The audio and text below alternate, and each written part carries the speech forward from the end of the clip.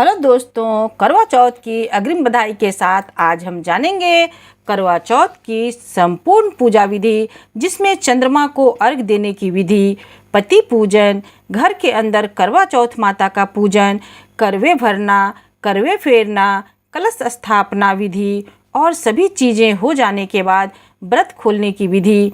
यानी कुल मिलाकर इस वीडियो को देखने के बाद आप करवा चौथ व्रत की पूजा से संबंधित आपको सारी जानकारियाँ मिल जाएगी। यहाँ अब हम सबसे पहले पाटे पर आसन बिछा लेंगे और उसके ऊपर चावल अक्षत रख करके हम अष्टदल कमल बना लेंगे। दोस्तों, जब हम कलश रखते हैं या दीपक रखते हैं या कोई भी पात्र रखते हैं देवी देवता के लिए, तो हमें आसन जरूर देना होता है। तो इसलिए हम यहाँ कलशा के लिए आसन दिए हैं। उसके बाद इसमें थोड़ा सा गंगा जल और फिर पूरा प्लेन जल दे करके कंठ तक भर दिए हैं। और इसके बाद इसमें हम पान, सुपारी, अक्षत, हल्दी, दूर्वा और साथ में मुद्रा, पुष्प, ये सब जो है सो कलशा में डाल देंगे। और आप यहाँ देख रहे हैं कलशा में आपको मौली ज़रूर बांध देना है और कलशे में स्वस्तिक बना देना है या 13 बिंदी टिक्का 13 बार लगा देना है। इस तरह से आप कुछ भी कर सकते हैं। इसके बाद हम इसमें पल्लव डालेंगे आम का। तो पल्लव में भी हमें सिंदूर या रोली दोनों में से कुछ भी अवश्य लगा देना है। और उसके बाद फिर हम कलश जो बनाए हैं उसके ऊपर पंच पल्लव जो है आम का पल्लव वो रख देंगे और इसके ऊपर हमें नारियल रखना है। तो नारियल में हम स्वस्तिक बना लेंगे और उसके ऊपर में मौली लपेट देंगे। और देखिए दोस्तों, जब हम नारियल को रखते हैं तो उससे पहले हमें इस पर पूर्ण पात्र रखना होता है। तो एक यहाँ पर मैं पीतल का बर्तन रख करके उसमें थोड़ा सा अक्षत डाल करके और उसके ऊपर में नारियल रखी हूँ। तो पूर्ण पात्र का बहुत नियम है, बिना पूर्ण पात्र रखे आप लोग जो है सो नारियल नहीं रखिएगा। तो इस तरह से हमने कलश पर पुष्प रख करके कलश का पूजन कर लिया। और अब यहाँ पर मैं आसन दे रही हूँ, दीपक के लिए पुष्प का आसन दे रही हूँ, अक्षत का आसन नहीं दी क्योंकि वो डगमग होगा और इसमें घी भरा हुआ रहेगा। तो इस तरह यहाँ पर मैं पुष्प का आसन पर पंचदीप जलाई हूँ घी, देसी घी से। और अब यहाँ पर हमें करवा रखना है, तो करवा के लिए भी हम आसन देंगे। और यहाँ पर हम गणेश स्वरूप में सुपारी में मौली लपेट करके गणेश जी को माने हैं। और सिक्का जो होता है चांदी का सिक्का, उसमें मौली लपेट करके हम गौरी जी को स्थापित करेंगे। या कोई भी मुद्रा जो आप चलता है बाजार में मुद्रा, वो भी ले करके आप उस पर भी मौली लगा करके और गौरी स्वरूप में रख सकते हैं। और ज़्यादातर कोशिश कीजिएगा कि जो फ़ोटो होता है उसमें गौरी गणेश शिव परिवार बना हुआ हो, वैसा फ़ोटो लीजिएगा। तो आपको अलग से यह करने की ज़रूरत नहीं है, मैं करके दिखा दी हूँ ताकि अगर फ़ोटो में ना हो तो आप इस तरह से गौरी गणेश को भी स्थापित करना ज़रूरी है। तो इस तरह से सुपारी और मुद्रा की सहायता से कर सकते हैं। अब हम यहाँ पर गणेश जी को भी रोली अक्षत लगा लेंगे, गौरी मैया को भी रोली अक्षत लगा लेंगे। और फोटो में भी जितने शिव परिवार हैं उनको, करवा माता और जितने भी उसमें सदस्य चंद्रमा जितने भी हैं सब में हम रोली से टीका लगा देंगे। और उसके बाद यहाँ पर जो है कलश पर भी हम पुष्प दे देंगे। और गौरी गणेश जो स्थापित किए हैं तो गणेश जी पर हमें दूर्वा अवश्य चढ़ाना है और जो गौरी माता है उनको सिंदूर अवश्य लगाना है और गणेश जी को भी सिंदूर अवश्य लगाना है। तो हम करवा माता को जो सिंदूर लगाएंगे तो उससे फिर अपना भी मांग भरेंगे। इस तरह से हम करवा माता को सिंदूर लगा करके अपना भी मांग भर लेंगे। उसके बाद पुष्प अर्पित कर देंगे। अब यहाँ पर हम कलश करवा भर रहे हैं। एक करवा मैं जल से भरती हूँ और दूसरे करवे में मैं जो मेवा होता है, खोई और मेवा, वो भरती हूँ। यहाँ पर देखिए चीनी का करवा हमारे यहाँ होता है, मैं यहाँ पर चीनी का करवा भी रखी हूँ। मैं पहले भी बताई हूँ आप लोगों को कि करवा चौथ के व्रत में 4 की संख्या का बहुत महत्व है। तो यहाँ पर आप देखिए कुल मिलाकर के हमारा 4 करवा हो गया। एक कलश हो गया, एक चीनी का करवा हो गया और इधर एक तांबे का करवा है, एक मिट्टी का करवा है। तो जो मिट्टी का करवा है उसमें मैंने जल भरा, जो तांबे का करवा है उसमें मैंने मेवा, खोई, बतासे, मिठाई कुछ भी आप भर सकते हैं। थोड़ा सा अन्न भी डाला जाता है, इसलिए मैंने थोड़ी सी गेहूं डाल दिया। और इसके ऊपर पूर्ण पात्र रख करके उसके ऊपर थोड़ा सा गेहूं और पुष्प रख करके हम देसी घी का बाती बना करके रख लिए हैं। बाकी जब हम फल अर्पण कर रहे हैं, फल अर्पण कर देंगे, उसके बाद हम उस दीप को जलाएंगे, क्योंकि फिर पूजा करने में बार बार लगेगा कपड़े में, तो इसलिए उसको बाद में हम जलाएंगे। एक तो पंचमुखी दीप जला ही दिए हैं, तो वह दीप साक्षी हो गया हमारे पूजा का। अब यहाँ पर 4 की संख्या में हमें मिठाई और फल लेना है। अब यहाँ पर कलशा में हमें पुष्प का माला अर्पित कर देना है। आप चाहें तो फोटो में भी पुष्प का माला अर्पित कर सकते हैं, वस्त्र स्वरूप फोटो में भी चुंदरी जरूर लगाएं। तो इस तरह से हम करवा माता का जो घर में है वो पूजा करेंगे।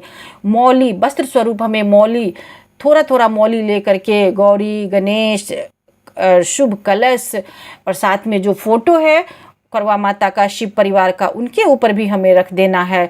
मौली स्वरूप वस्त्र हमें जरूर सबके लिए रखना है यहाँ पर। उसके बाद हम धूप दीप दिखा करके खुशबू फैला लेंगे, और आध्यात्मिक खुशबू फैलने से ही पूजा सफल होता है। इसलिए धूप दीप भी जितना अभी किसी भी पूजा में जितना खुशबूदार आपका माहौल रहेगा, पूजा का वहाँ वातावरण रहेगा, उतना अच्छा पूजा करने में भी लगता है और हमें उसका पुण्य भी मिलता है। तो और इस तरह से देखिए, जो सीख है करवे में वो लगाने होते हैं, वह भी 4-4 की संख्या में हमें लगाना है।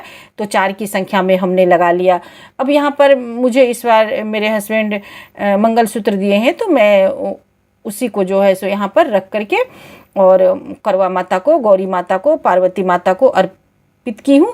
ये मैं धारण करूँगी, ये मैं किसी को दूंगी नहीं। और जो यहाँ पर है बायना, तो ये जो है साड़ी, साया, ब्लाउज, मेकअप का सामान, और मेकअप का सामान ज़्यादा दीजिएगा क्योंकि दान भी किया जाता है और खुद के लिए भी रखना है। ऐसा नहीं है कि यहाँ हम जितना चढ़ाएं सब किसी को दे देंगे। इसमें से कुछ सुहाग की सामग्री आप ज़रूर अपने लिए रखें, पार्वती माता का आशीर्वाद स्वरूप। तो इसमें से मैं जेवर जो है, मंगलसूत्र जो है वो, सिंदूर, बिंदी, मेहंदी, अलता अवश्य रखूंगी अपने लिए भी और उनको भी दूंगी। अब यहाँ पर हम करवा फेर लेते हैं। तो एक करवा हमारा अकेले हैं, दूसरे तो कोई साथ में है नहीं, तो खुद ही फेरना है। तो एक करवा हमारा पार्वती माता के नाम से मैंने रखा और एक अपने नाम से। तो जो मेरा करवा है वो पार्वती माता के तरफ जाएगा और जो पार्वती माता का करवा है वो मेरे तरफ आ जाएगा। 7वीं बार में, अंतिम बार में हमारे तरफ मिट्टी का कलश आ जाएगा दाएं हाथ की तरफ। और ये जो दाएं हाथ की तरफ हमारा कलश होगा, इसी को लेकर के हम चंद्र पूजन के लिए छत पर जाएंगे। तो इस तरह से जो करवा फेरते हैं हम, तो कुल 7 बार फेरा जाता है। और देखिए सीख लगा हुआ है, उसके ऊपर में दीप है और यह करवा पूर्ण रूप से भरा हुआ है। तो हमें बहुत ही सावधानी पूर्वक इसे फेरना है।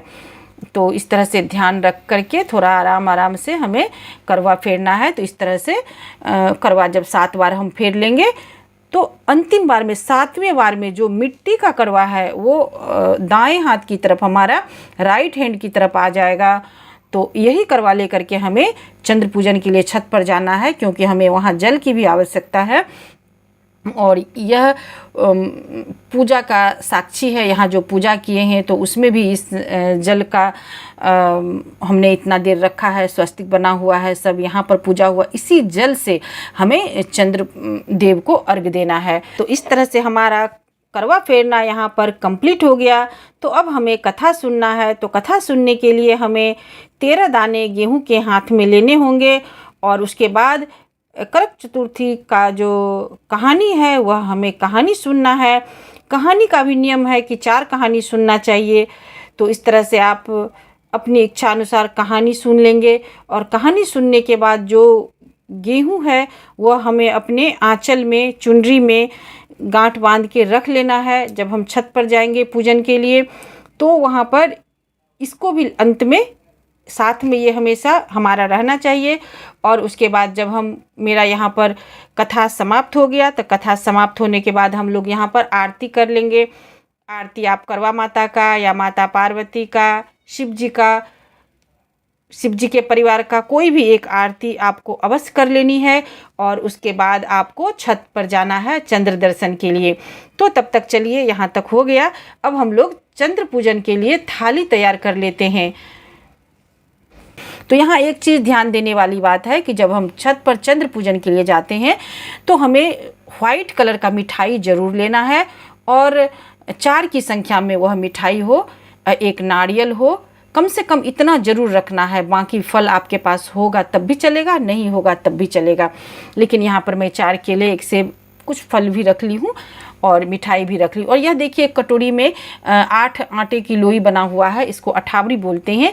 तो इसका भी हमें छत पर प्रयोग होगा। जब हम सुहाग लेंगे तो वहाँ पर हमें इस अठावरी का प्रयोग होगा। रोली, अक्षत यह सब ले लिए हैं, पुष्प ले लिए हैं और आरती के लिए धूप दीप रेडी कर लिए हैं। अब हम छत पर चले आए।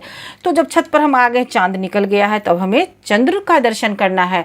तो कभी भी हम चंद्र को खाली नेत्र से नहीं देखेंगे, हमें चलनी की सहायता से देखना है। और चलनी में एक दीपक भी रखना है और उस दीपक की लौ से हमें चंद्र को देखना है, फिर उसी लौ से हमें अपने पति को देखना है।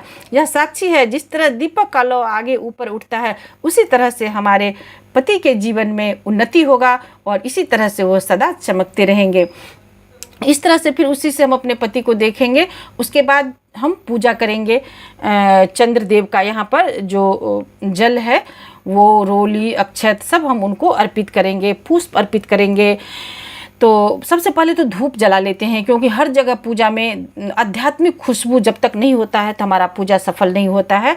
तो यहाँ पर छत पर आने के बाद चंद्र दर्शन कर लिए, क्योंकि चंद्र को हम खुली आंखों से नहीं देखना है, हमें दोष लगता है दोस्तों, इसीलिए पहले चंद्र दर्शन कर लिए। और अब हम यहाँ पर धूप दीप जला लेंगे और उसके बाद फिर हम यहाँ पर चंद्रदेव की पूजन करेंगे। तो यहाँ पर हम रोली, हल्दी, रोली और अक्षत, पुष्प उनको अर्पित कर देंगे। तो यहाँ जो करवा हम लाए हैं उसके ऊपर जो दीपक है उसको हम नीचे रख देते हैं, क्योंकि हमें अभी इस जल का भी आपको प्रयोग करना है। तो इसके दीपक को नीचे रख दिए। अब उसमें से थोड़ा जल लेकर के हम चंद्रदेव को भी ऐसे पुष्प की सहायता से उनको अर्पण कर देंगे और रोली, अक्षत अर्पित कर देंगे, पुष्प अर्पित करेंगे। किसी भी कलर का पुष्प हो आपको तो चलेगा, लेकिन कम से कम 1-2 पुष्प भी व्हाइट कलर का पुष्प जरूर लीजिएगा। चंद्रदेव को व्हाइट पुष्प अर्पित होता है। और इस तरह से जो अठावरी बना हुआ था आटे की 8 लोई, उसे लेकर के हम और इस तरह से हम सुहाग लेंगे और गौरी माता से आशीर्वाद लेंगे कि हे माता मुझे भी सुहाग दीजिए और आप भी सुहाग लीजिए।